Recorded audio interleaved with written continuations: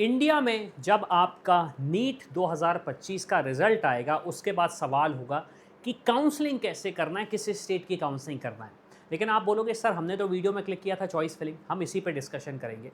Counselling सिर्फ एक part है लेकिन चॉइस फिलिंग सबसे इंपॉर्टेंट स्टेप है किसी भी स्टेट में पार्टिसिपेट करने का।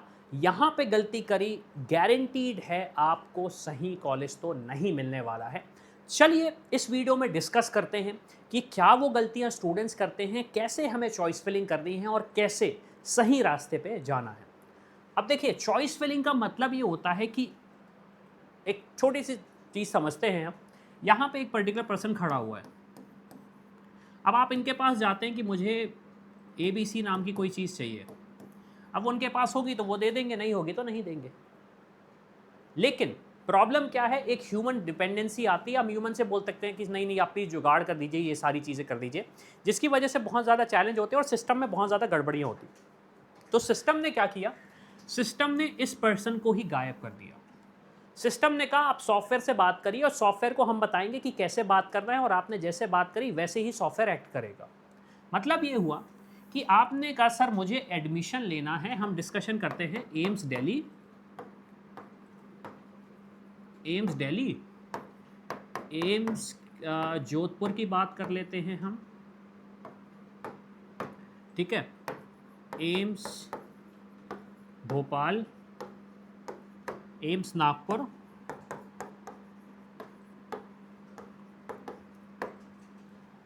आपने कहा मुझे इन 4 कॉलेजेस में एडमिशन लेना है। मतलब मैं मान लेता हूँ कि हमारे पास ये 4 कॉलेज हैं जिनमें से एडमिशन ले सकते हैं। तो चॉइस फिलिंग में आप क्या करेंगे, आप अपना एक ऑर्डर देंगे कि मतलब मुझे इन कॉलेजेस में एडमिशन चाहिए और ये मेरी प्रेफरेंस है। तो आप सबसे पहली प्रेफरेंस भरने वाले हैं, आपने बोला कि एम्स जोधपुर चाहिए मुझे।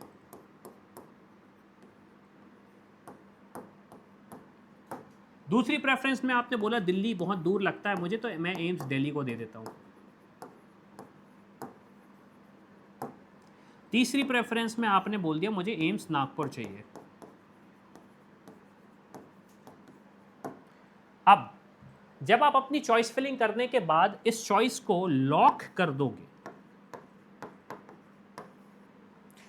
तो सिस्टम को समझ में आ जाएगा ठीक है ये आपके प्रेफरेंस हैं। हाईएस्ट प्रायोरिटी आपकी जो एम्स जोधपुर है, फिर दूसरे नंबर पे एम्स दिल्ली है, तीसरे नंबर पे एम्स नागपुर है।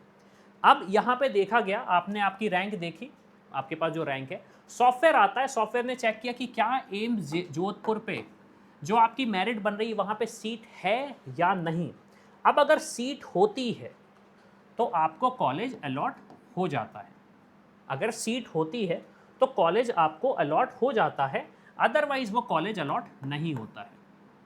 अब नहीं होता है तो उसने कहा अच्छा ठीक है, दूसरी प्रेफरेंस क्या थी, तो दूसरी प्रेफरेंस आपने एम्स दिल्ली दी थी। अब एम्स दिल्ली देखा, अच्छा सीट अलॉट मतलब आपके पास मेरिट में सीट खाली है, अगर मेरिट की सीट खाली है तो आपको कॉलेज अलॉट हो जाएगा, अदरवाइज कॉलेज अलॉट नहीं होगा। फिर तीसरा प्रेफरेंस देखा एम्स नागपुर, अगेन सीट खाली है तो अलॉट हो जाएगी और अगर नहीं खाली है तो अलॉट नहीं होगी। अब अगर हमें सीट अलॉट नहीं होती तो हमारा क्वेश्चन ये है कि क्या हमें एम्स भोपाल में एडमिशन मिल जाएगा। आंसर है नहीं। भाई आपने खुद ही बोला ना कि मुझे एम्स जोधपुर, दिल्ली या नागपुर में एडमिशन चाहिए, आपने तो भोपाल को रखा ही नहीं प्रेफरेंस में। अगर भोपाल को रखते प्रेफरेंस में और सीट होती तब जाके वो अलॉट होता। इसलिए चॉइस फिलिंग एक बहुत ही ज़्यादा इंपॉर्टेंट स्टेप है। यहाँ पे आप छोटी मोटी गलती भी करोगे बहुत दिक्कत होगी। सेकेंड एग्जाम्पल मैं आपको दे देता हूँ। अब आपको भी पता, ऑब्वियस सी बात है, जो स्टूडेंट्स नीट की 2 साल 3 साल से तैयारी कर रहे हैं, कोई भी स्टूडेंट एम्स दिल्ली को सेकंड नंबर पे नहीं रखने वाला, तो वो पहले ही पे रखेगा। अब एम्स जोधपुर पे अगर सीट खाली होती है ना, मैं आपको फिर से समझाता हूँ, एम्स जोधपुर में अगर सीट खाली होती है ना तो आपको एम्स जोधपुर अलॉट हो जाएगा और उसके बाद सॉफ्टवेयर स्टॉप कर देगा वर्क करना, यहाँ पे उसका काम खत्म। उसने कहा ठीक है आपको एम्स जोधपुर चाहिए था, सबसे पहले प्रेफरेंस था, सीट खाली थी, हमने अलॉट कर दिया। आप बोलोगे सर एम्स दिल्ली भी खाली था, वो कहेगा नहीं आपने सबसे पहले बोला था एम्स जोधपुर चाहिए मुझे, मतलब मेरा प्रेफरेंस एम्स जोधपुर का है। तो यहाँ पे दूसरी मिस्टेक हमें ये भी नहीं करनी है, हमें ऑर्डर सही रखना है। अगर एम्स दिल्ली अच्छा कॉलेज है हमारी नज़र में तो वो होना चाहिए पहले नंबर पे, दूसरे नंबर पे एम्स जोधपुर होना चाहिए। तो पहली चीज़ क्या नहीं करना है, हमें वही कॉलेजेस पुट करने हैं जिनमें हमें एडमिशन लेना है। जिन कॉलेजेस को पुट नहीं करोगे उसमें सीट किसी भी तरीके से अलॉट नहीं होगी। दूसरी चीज़, ऑर्डर सही होना है।